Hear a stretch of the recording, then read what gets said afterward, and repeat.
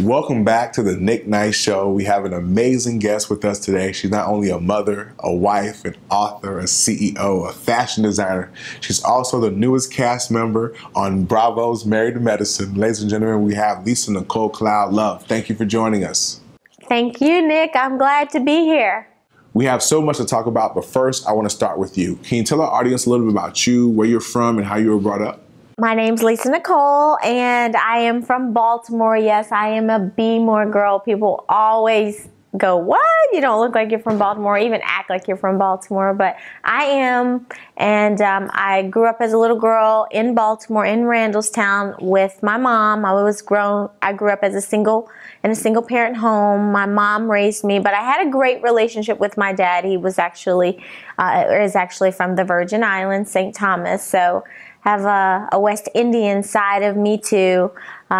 Grew up after leaving Baltimore in Georgia, and we lived in Alpharetta. Now, I lived in Alpharetta when there was no African Americans out there, when they were still marching up to Forsyth County, Hosea Williams and those guys. But anyhow, grew up pretty middle-class family.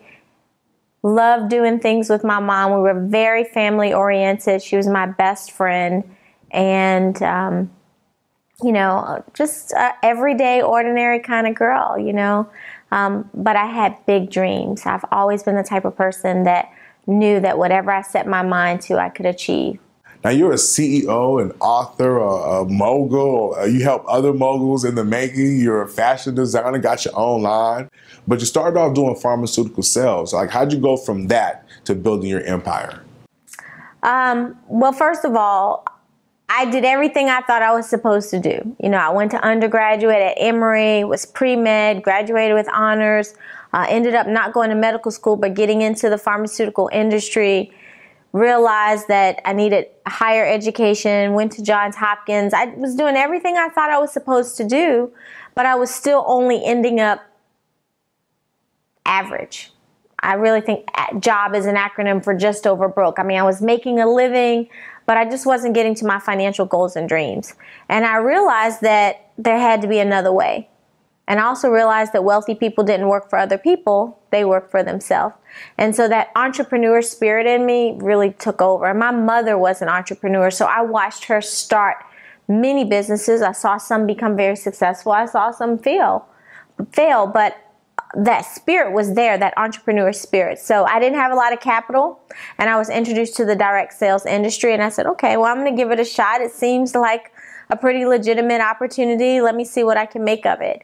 And, it ended up being the vehicle to all of my financial goals and dreams. And I took the money that I made in direct sales and I invested in other businesses. I started a clothing line.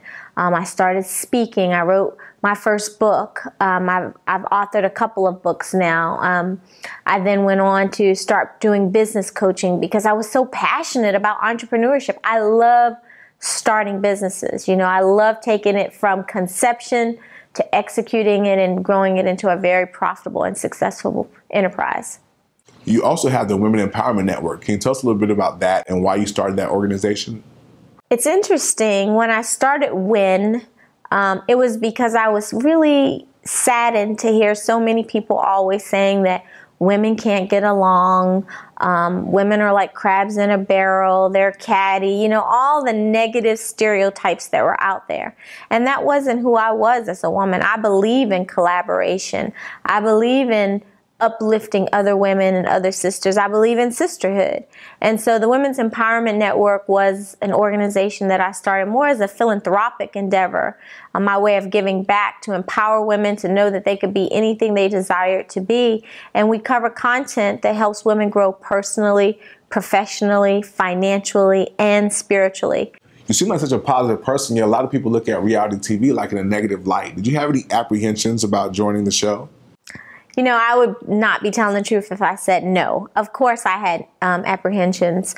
Reality TV can be a negative space. But as I watched reality TV, and I didn't watch it a lot because it was so negative, but what I never saw was someone who I felt represented me. And so Many reality TV shows had come to me, asked me if I was interested in being talent, and I said no unless you want a positive cast person, a positive personality. You know, I've worked very hard in business. I've built a very strong reputation. People know that I'm about lifting other people up and encouraging and empowering women. And so when Married to Medicine came to me, they said that's exactly what we're looking for. You know, the show definitely has their share of drama and drama queens. And the first season, the show got a little pushback because of the negativity, because of the fight. And they really felt like it needed more class. I mean, after all, we're talking about doctors and doctors' wives. We're all educated. We're all professional. We're all successful in our careers. And we're all mothers. And, you know, we place family first. And that is positive. But, you know, there had been some negativity associated with the show. So when they told me that's what they were looking for, I said, well, then I'm your girl. Now, I must admit that Married to Medicine seems a little bit more tame than what I've seen out there in some of these other shows. I haven't seen like women throwing bottles yet, you know what I mean? So what do you think about some of these other reality shows and how women are portrayed? It makes me sad. You know, I know some of the ladies on some of the other shows, and off camera, they're not quite the way they're depicted on TV. You know, when I decided to do reality, I felt like it was a dark space.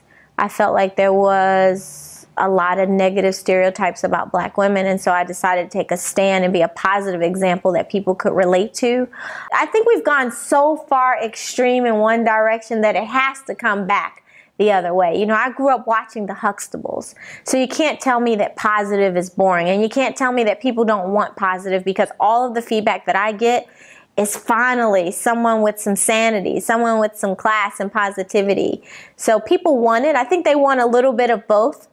You know, they want to know that even successful movie stars and TV stars have their drama and can have train wreck situations, but they also want that happy ending, you know.